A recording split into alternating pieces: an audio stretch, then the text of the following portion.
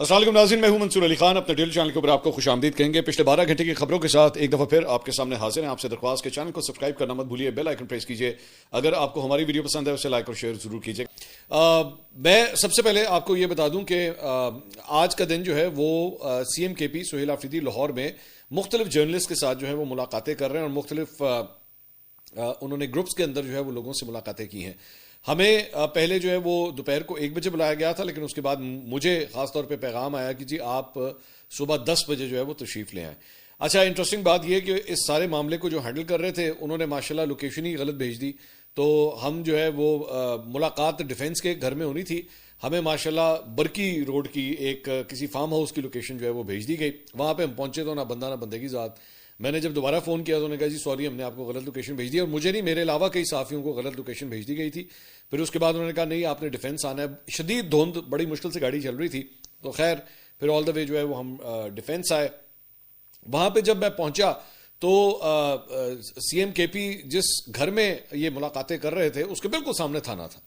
تو میں نے کہا یہ تو بڑی جگہ چوز کیا آپ نے، بالکل تھانہ کے سامنے جو ہے وہ سی ایم کے پی جو ہے وہ ملاقاتیں کر رہے ہیں۔ باہر ان کے گھر کے باہر جو ہے وہ پنجاب پولیس کے دستے وہاں پہ موجود تھے جو سیکیورٹی دینے کے لیے جو ہے وہاں پہ آئے ہوئے تھے۔ خیر میں جب گھر کے اندر داخل ہوا تو کئی کارکن جو ہے وہ ان سے ملنے کے لیے آئے ہوئے تھے، تو وہ ان سے ملاقات کر رہے تھے، تو ہم گھر کے اندر چلے گئے۔ وہاں پہ مجھ سے پہلے جو ہے وہ مختلف جرنلسٹ وہاں پہ آلریڈی موجود تھے۔ حبیب اکرم صاحب وہاں پہ موجود تھے، رائے ثاقب صاحب وہاں پہ موجود تھے، اجمل جامی صاحب وہاں پہ موجود تھے، عارف حمید بھٹی وہاں پہ موجود تھے۔ تھوڑی دیر کے بعد چودھری غلام حسین صاحب وہ بھی آ گئے، اور اس طرح مختلف صحافیوں کے آنے کا سلسلہ جو ہے وہ شروع ہوا۔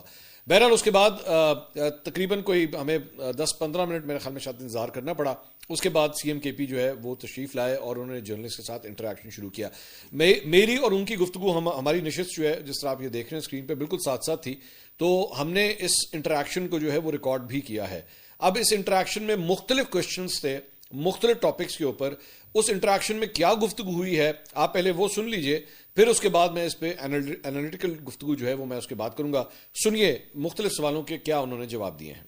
گنڈا پور صاحب کی آپ سے پہلے جب وہ اس عہدے پہ تھے تو چند ایسی ملاقاتیں ہوتی تھیں جس میں آرمی چیف بھی موجود ہوتے تھے۔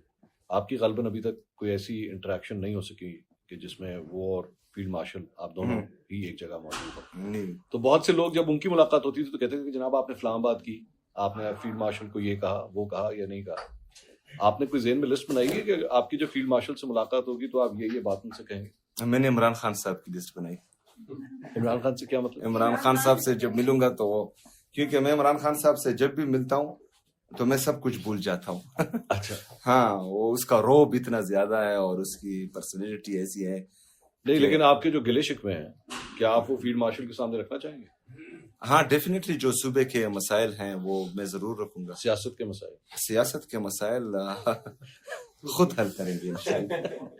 اچھا سی ایم صاحب، آپ نے کہا تھا کہ آپریشن نہیں کرنے کی اجازت دیں گے، لیکن آپریشن تیرا میں کہا جا رہا ہے کہ ہو رہا ہے، اور اس کے ساتھ ساتھ ڈرون اٹیکس بھی ہو رہے ہیں، تو اس کے اوپر آپ کی کیا اسٹریٹجی ہے؟ کیونکہ اسی پر علی امین گنڈا پور صاحب کو بار بار عمران خان صاحب کی بھی ہدایات جاتی ہے کہ آپریشن رکوائیں، تو آپ کی اس کے بارے میں کیا اسٹریٹجی؟ دیکھیں، ہم نے جرگہ کیا، امن جرگہ، اس میں تمام سیاسی اور مذہبی جماعتیں اور ہمارے جو ہر مکتبہ فکر کے لوگ تھے، ہم نے ان کو مدعو کیا، ایک چھت تلے سب کو بٹھایا۔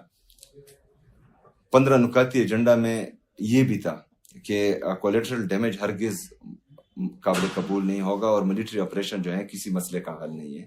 یہ تمام سیاسی پارٹیاں، تمام قوتیں جو خیبر پختونخوا میں ہیں اس پر ایگری ہوئے۔ ملٹری آپریشن تو صرف پہلے یہ ہمارا موقف تھا، ابھی پورے کے پی کے کی جتنی بھی سیاسی اور مذہبی جماعتیں ہیں ان کا موقف ہے کہ ملٹری آپریشن کسی مسئلے کا حل نہیں ہے، تو مطلب نہیں ہونا چاہیے۔ لیکن اگر اب یہ کر رہے ہیں تو یہ اپنی بنا پر کر رہے ہیں، یہ بدماشی کر رہے ہیں۔ میں کیا گورنمنٹ اجازت دی؟ نہیں، بالکل بھی نہیں، ہرگز نہیں، کبھی بھی نہیں۔ کے حوالے سے یہ خبریں بھی آ رہی ہیں کہ وہاں لوگ کمپنسیشن تک نہیں، دیکھیں کمپنسیشن جو آلریڈی جو ہمارے انہوں نے وعدہ کیا تھا، ہمارے ایک بقا خیل کے لوگ ہیں، فیڈرل گورنمنٹ نے ان کو پے کرنا ہے، لیکن وہ پے نہیں کر رہی، ہم اپنی جیب سے پے کر رہے ہیں، اور تقریباً 7.5 ارب روپے ہم اضافی پے کر چکے ہیں بقا خیل کے جو ہمارے متاثرین ہیں۔ اس طرح جو آئی بی اوز